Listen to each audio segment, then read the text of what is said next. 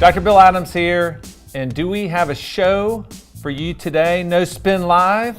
This first story is out of the Fresno Bee. They went to a plastic surgeon to improve their looks and they wound up dead. But I think there's more to the story and I think we should talk about it. So Kevin, lead us off.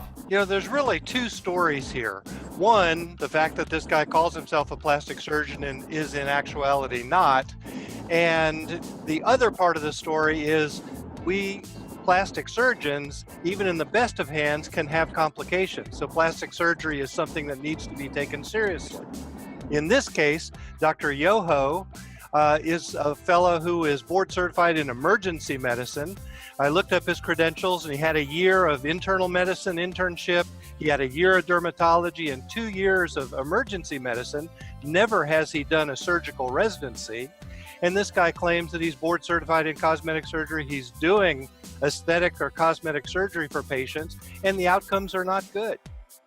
So people need to do their due diligence and really take a good deal or make a good deal of effort to find out these guys, if they are actually board certified, where they have their privileges, and some history behind these guys. Kind of, are they really properly trained? That's one of the biggest questions that this raises. Jason Posner, so cosmetic surgeon, that's the worst term in the world. I mean, and no wonder people are dying over it. I mean, don't you think this is just, it's tragic, but the whole thing's a gong show. Yeah, I mean, Kevin covered this pretty extensively with his previous comments, but we've been through this plenty of times on this show before. We go through a lot of hoops to become board certified plastic surgeons to do these procedures, and a lot of people are nipping at our feet because they want to be us without the training. And again, it's up to the patients to do their homework, to really go to board certified plastic surgeons for plastic surgery. If it's fillers and toxins, there's a lot of options, but for plastic surgery, you need to go to a board certified plastic surgeon. To me, it bothers me a little bit that the government or the regulators, whether it's in this case, the California State Board, but the Texas State Board does the same thing. Aren't they kind of bound to protect the public? And why in the world would they condone, because that's what they're doing, they're condoning people that aren't trained in surgery to do these things. And to me, that bothers me because I think they should be protecting the public, and they're not. Well, there's a huge problem with public perception and who's protecting whom and what our board's responsibility is to get involved with the legislators to basically abolish this stuff. The problem is no one knows. It's like will the real board member please stand up? The public doesn't know because these people are saying they're board certified in cosmetic surgery.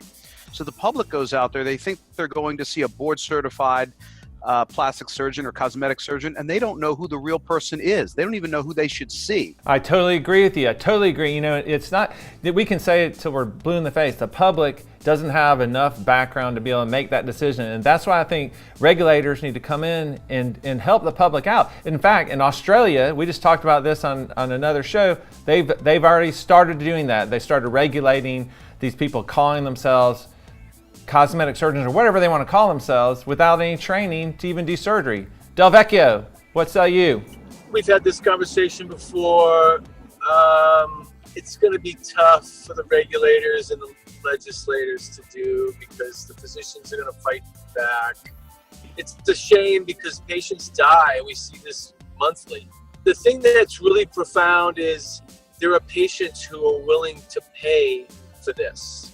And it's kind of like the high-end eye effect, which is why I think home laser vaginal rejuvenation probably has a real role.